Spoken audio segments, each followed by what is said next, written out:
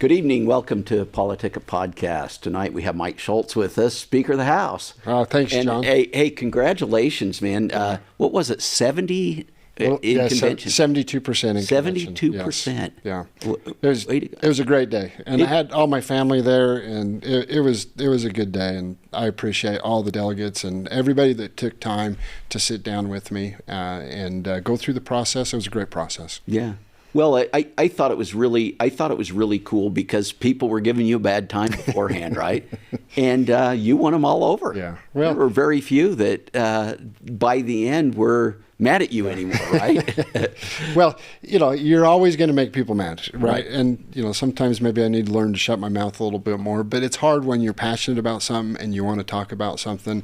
And, we'll talk about a few things today that I'm passionate about, but I think there's a lot of things facing our state, and Utah needs bold leaders that are willing to step up and lead. That doesn't sit well always sometimes with people, regardless of what side that you're on.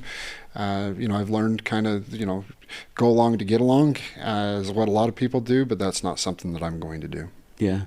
Well, it's great that, that we have a Speaker of the House that is a bold conservative. I think it's awesome, actually. A lot of good things been happening. Well, in today's world, again, we need bold, strong, conservative leadership to stand up and push back on some of this nonsense that's happening. Well, Biden and the Democrats have doubled down on stupid, I think. This idea, they've really gone so far left. They've left our kids. They've left our families. Yeah, right? We were just talking about that. You're 100% correct. Ronald Reagan left the Democrats in the 70s, and can you imagine what it would be like today? Yeah. Yeah. Well, it's just, it just seems silly to me, some of the things that are going on, and it's like, sometimes I feel like I'm in the middle of a Jedi mind trick, right? Because don't you think? I mean, these things that they're talking about are just almost silly. You look at what they're doing to our border. They're not doing anything. In fact, they're opening it up right now as we speak. You look at what they're doing with Title IX and our women, and not just girls' sports. Let's talk about that Title IX because that video that you put out, I think, is excellent. Yeah, well, it's the truth, and we're going to stand up here in the state of Utah. We filed the lawsuit. I'm grateful to Attorney General Reyes working with us to make sure that happens. We filed in a good district. We think we got a really good chance, and we joined with, I think, 3 or 4 other states, Kansas, Wyoming, a couple of. And you picked the ones that I think are making the right argument, too. Yes. No, they did a great job. It's we're excited about that. We feel like we've got a good pathway forward on it. Again, our number one goal is making sure that biological males don't end up in female locker rooms, bathrooms, and playing female sports. We've done a lot of policy things, as you know, John, to make sure that girls are protected in the state of Utah. Through several different bills that we've passed. In fact, we're the only state in the nation that can say right now we have 100% protected female sports. And that's through the commission that was set up when the court struck down the outright ban.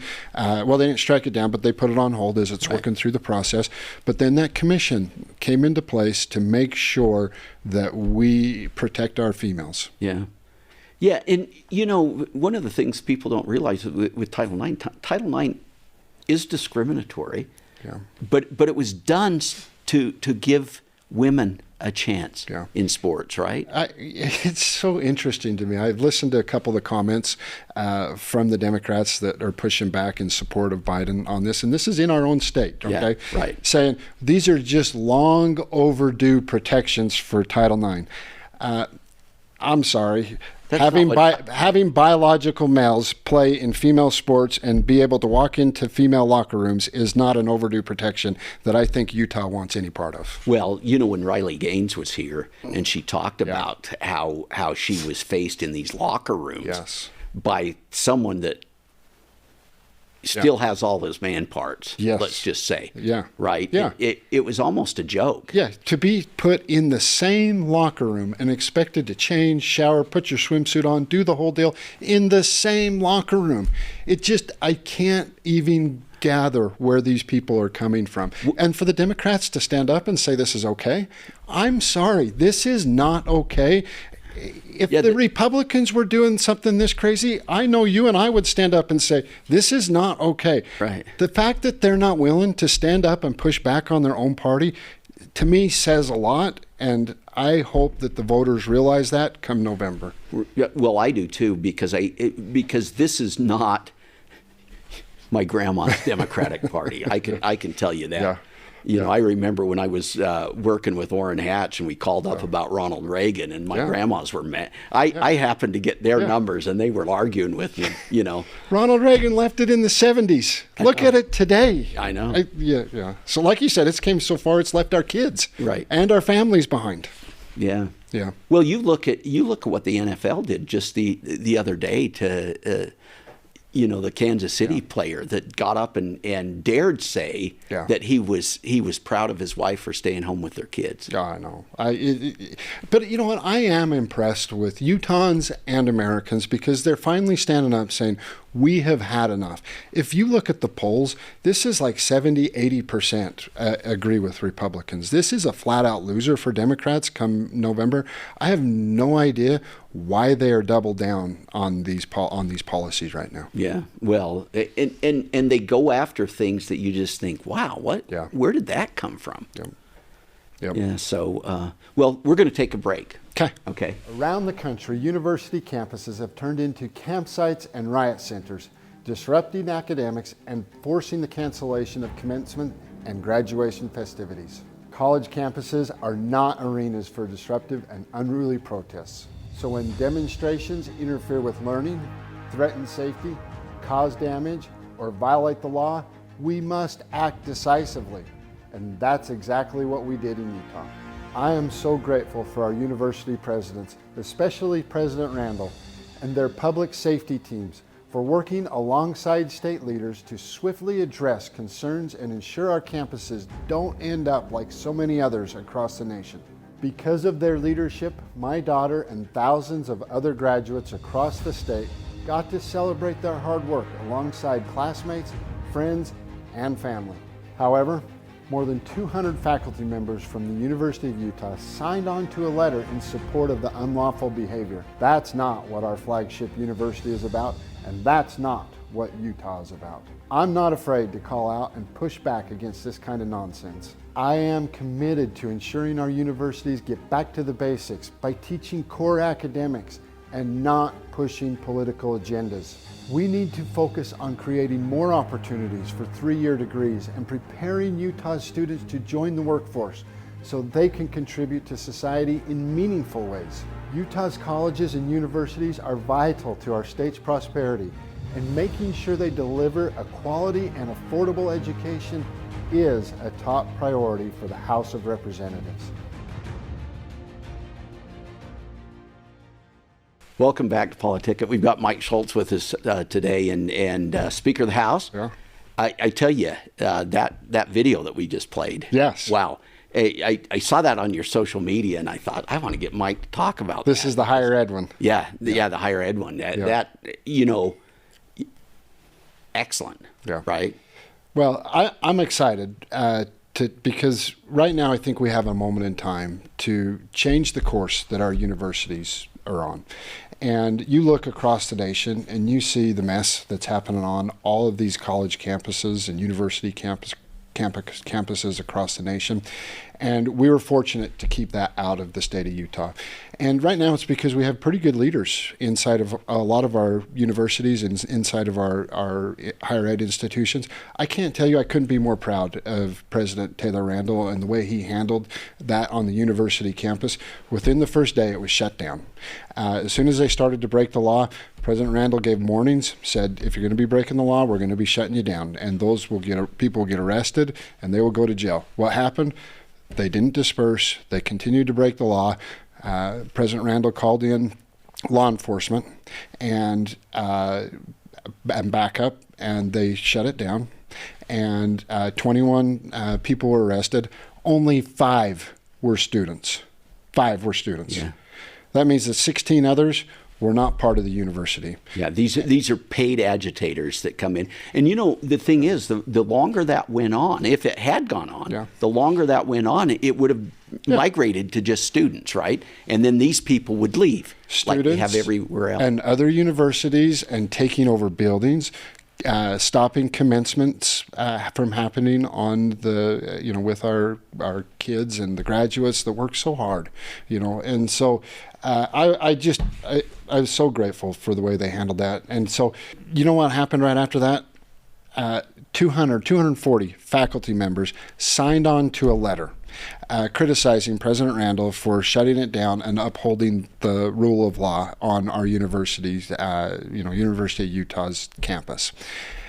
They signed on to a letter that said, we basically want encampments. We want the protest to happen. We want these encampments to move forward. Look what happened all across the nation, right? They took over buildings. Well, half the Ivy League schools are almost a joke right now. And this is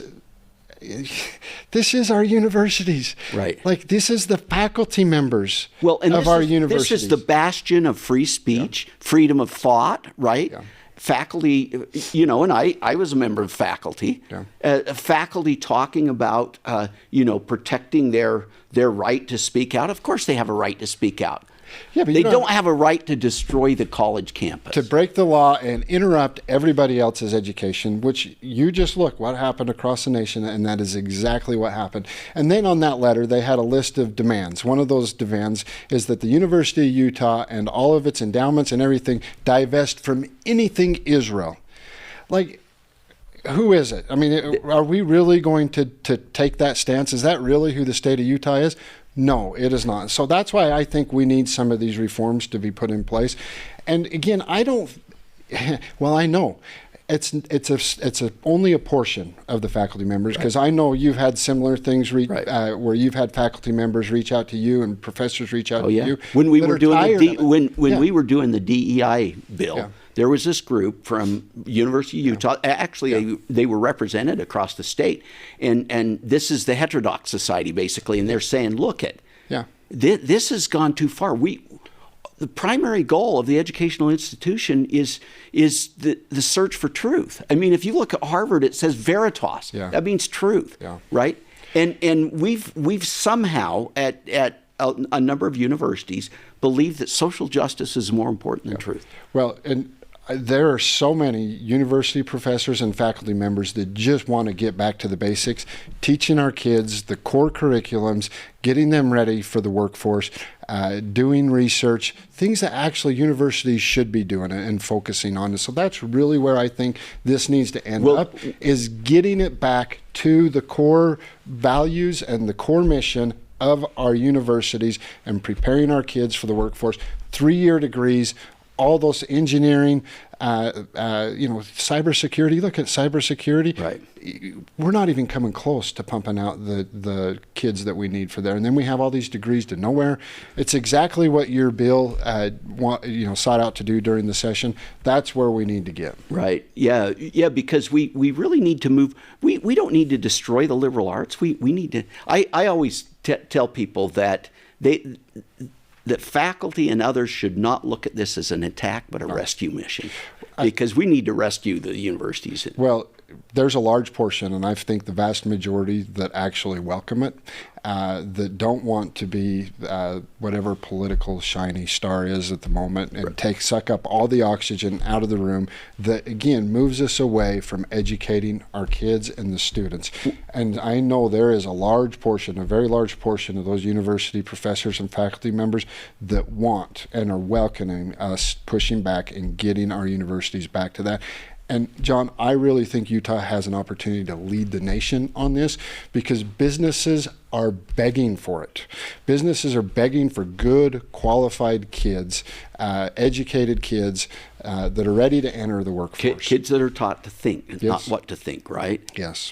Taught how to think. Yeah. Going back to the basics of what we learned for generations, right? And if universities across the nation continue on the path they're going to become less and less relevant, and the business community and the businesses are going to move away from them. We have an opportunity here in Utah to fill a gap and to get our universities focused on what their core mission should be. And again, I believe and I know there's a large portion of those university and faculty members that's what they want, and they're welcome. Well, and see, the thing is, with a lot of these issues, the trans movement, the this DEI, the diversity statements, everything. These are things that they ought to be debating, right? Not just making a conclusion that that's truth. We ought to be talking about those things. Well, I think we talk about it and we put it in a fair way, and common sense rules the day, right? And I think that's what a lot of these people are scared of. Yeah, I believe that. I think you're right. That right after I introduced that bill, there was a major story in the National Review that basically said, "Can Utah save higher ed?" I saw that. And so I think we can save higher ed, right? I think we can lead the nation in it. I really believe we can. This is a rescue mission.